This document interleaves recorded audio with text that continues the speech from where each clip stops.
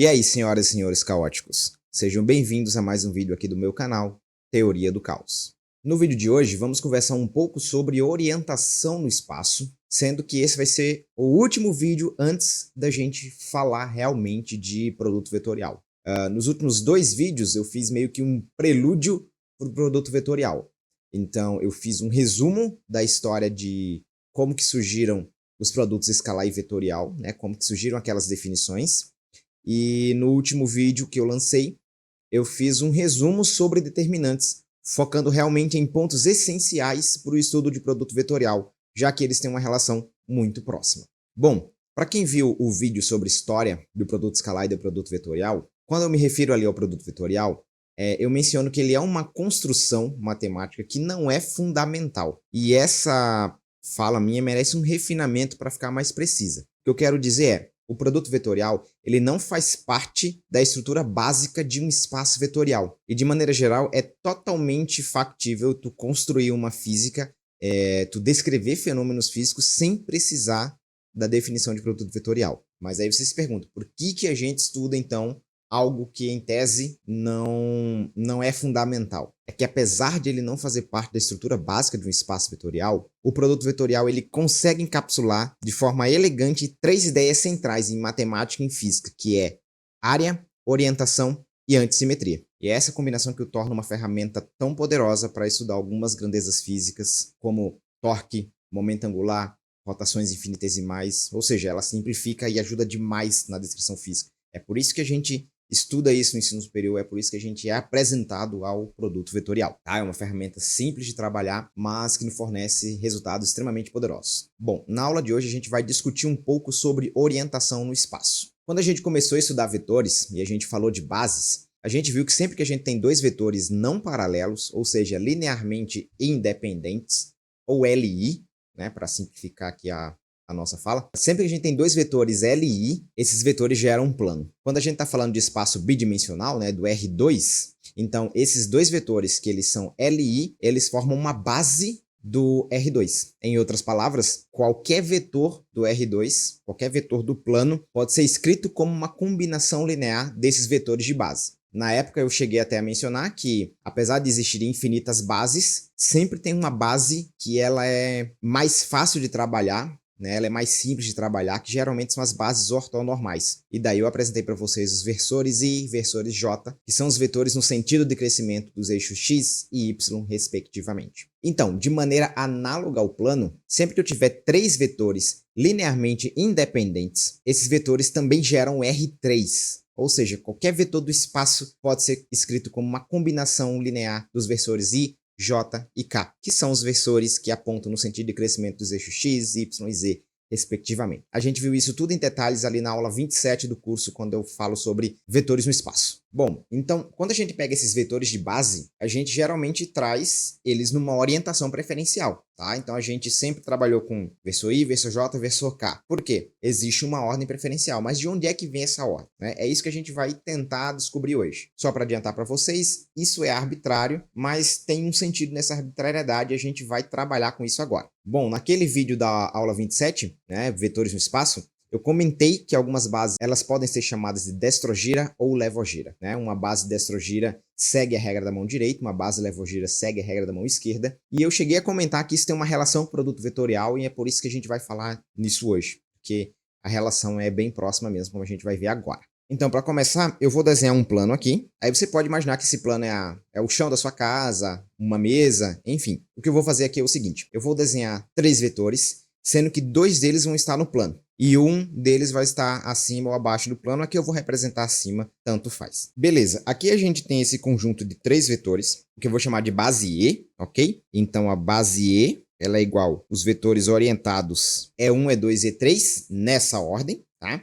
E eu tenho uma base que eu vou chamar de base F. Base F é igual a F1, F2, F3, nessa ordem. Como vocês podem notar, essas bases elas têm orientações diferentes. Imagina o seguinte, eu pus um olho aqui representando um observador que está na ponta do terceiro vetor, tá? E eu vou fazer uma rotação orientada no sentido do primeiro vetor da base para o segundo vetor da base. Quando eu faço essa orientação, esse observador ele enxerga essa rotação como uma rotação anti-horária, tá? Se ponham no lugar desse observador. Então, imagina que isso aqui é a mesa da sua casa. Tu tem dois vetores aqui e tu tá olhando de cima em direção ao plano da mesa. Esse é o meu vetor orientado 1, esse é o meu vetor aqui, o 2. Então, quando eu faço uma rotação no sentido E1 para E2, né, no plano que contém E1 e E2, o observador ele vê essa rotação no sentido anti-horário. Se eu fizer a mesma coisa para o F, vocês vão ver a diferença. Pronto. Eu pus aqui o meu observador na ponta de F3 para olhar o que acontece quando eu faço uma rotação do primeiro vetor da base na direção do segundo vetor da base no plano que os contém. Então, quando eu faço essa rotação, esse observador vê essa rotação no sentido horário. O espaço euclidiano ele é dividido nessas duas classes de vetores de base. Quaisquer outras combinações que vocês criarem com esse vetor de base ou qualquer outro conjunto de vetores de base, vocês sempre vão cair nesses dois casos, tá? Quando tu fizer uma rotação no plano de E1 para E2, o E3 ele vai ver essa rotação ou como anti-horária ou rotação horária, tá? Então,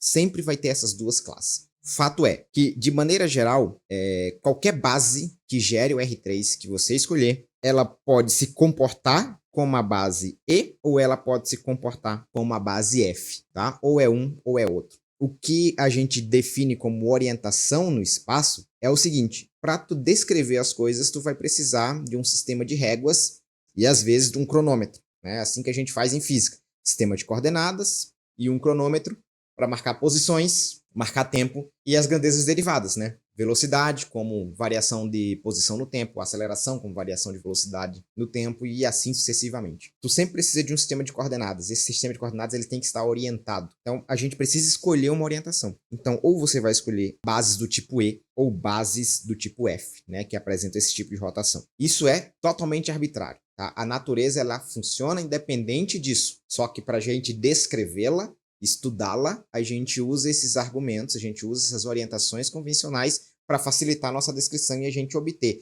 resultados e predições. Então é totalmente convencional. Então você pode escolher uma ou pode escolher outra. Mundialmente, universalmente falando, existe uma preferência por utilizar bases do tipo E, tá? Que são as bases em que o terceiro vetor da base sempre vê a rotação do primeiro para o segundo como uma rotação anti-horária. Quando isso acontece, a gente chama essa base, é uma convenção, mas a gente chama essa base de base positiva, ou triedro direto, né? Lembrar que três semirretas, elas formam um triedro.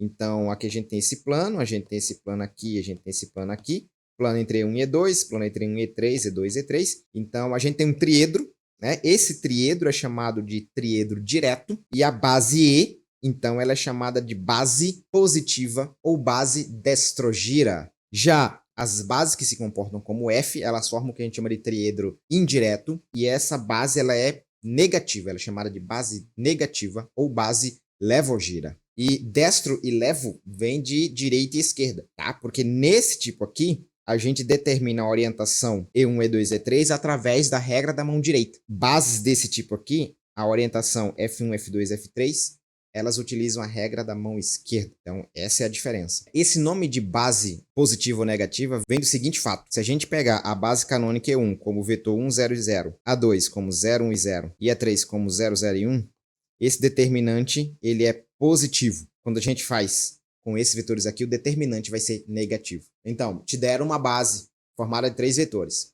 Faz o determinante da base. Se o determinante for positivo, essa base tem a mesma orientação da base E. Então, ela também é uma base destrogira. Se o determinante for negativo, aí ela gera uma base levogira, certo? Então, essa é a diferença. Por isso que chama de base positiva, base negativa, destrogira, levogira, ou triedro direto, triedro indireto. Tá? São nomenclaturas que vocês vão ver em vários livros. Tá? Isso aí que não tem no livro do Paulo Winter, isso aqui é um extra que eu estou utilizando para a gente poder, né, construir uma intuição sobre produto vetorial que depende muito desse conceito aqui. Tá? Bom, e só para complementar, a gente tem aqui a nossa base canônica. A base canônica a gente tem os versores I, J e K, e esses versores eles são ortonormais, né? Nunca é demais lembrar, vetores ortonormais são ortogonais entre si, ou seja, cada um forma um ângulo de 90 graus com o outro. Eles são normalizados, a norma deles ou o módulo deles vale 1. Então eles são vetores unitários, né? Versores. Então uma base ortonormal é uma base formada por versores ortogonais 2 a 2. essa base canônica IJK, ela é uma base destrogira, tá? Então, é sempre o mesmo esquema. Faz a rotação do primeiro vetor da base em direção ao segundo vetor da base, tá? Qualquer observador aqui no terceiro vetor vai enxergar essa rotação como uma rotação anti-horária, tá? Por isso que tanto faz a posição dos versores de base nessa representação aqui, desde que mantenha essa orientação cíclica, tá? A orientação cíclica é o seguinte, ó. Eu tenho o versor I, o versor J e o versor K. E daí eu tenho uma orientação cíclica. Primeiro versor da base, segundo versor da base e terceiro versor da base. Então, essa é a sequência cíclica. Então, tanto faz se eu tiver IJK, ou JKI, ou KIJ. Tanto faz. A sequência sempre vai gerar a mesma base destrogira. Tá? Se eu fizer o contrário, se eu fizer, por exemplo, KJI, ou, por exemplo, I, K e J, aí eu estou mudando a orientação da base. Daí eu estou construindo uma base levogira, né? Então, por exemplo, se eu fizer uma rotação do I para o K, por exemplo, quem está aqui em J, que é o terceiro vetor, acaba olhando a rotação I e K como se fosse uma rotação no sentido horário. Então, eu mudei a orientação da base. Uma base que antes era destrogira, agora virou uma base levogira. Vocês entenderam? Então, sempre que eu mantiver essa ordem IJK, JKI, KIJ, eu tenho uma base destrogira. Então, por exemplo, eu posso pegar esse I, jogar aqui, pegar o J, jogar aqui, pegar o K e jogar aqui. Isso aqui é o que a gente vê comumente também, né? Eixo X na horizontal, eixo Y na vertical e o eixo Z saindo do plano do papel. Uma outra possível configuração que raramente vai ser utilizada, é trazer o I para cá, o J para cá e o K para cá. Fica estranho, né? Fica estranho. O mais comum mesmo é aquela anterior ou essa aqui que a gente já está acostumado. O J, K e o I saindo do plano do papel, certo?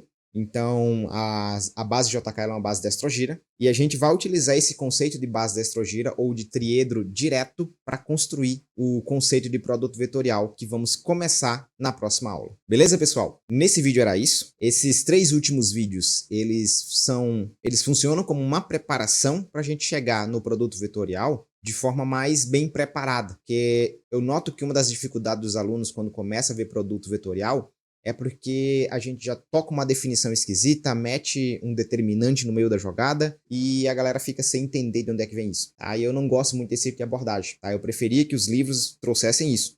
Um pouco da história, né, de onde que vem aquelas definições, um pouco sobre orientação no espaço, para a gente trabalhar direto com bases destrogiras, levogiras. Levogira a gente não vai trabalhar, é mais base destrogira mesmo. Também é bom saber um pouquinho de determinantes, né, e algumas propriedades de determinantes, que foi o vídeo da última aula ali, porque ajuda muito quando a gente está falando de produto vetorial, beleza? A gente se vê no próximo vídeo. Obrigado você que assistiu até aqui e até mais.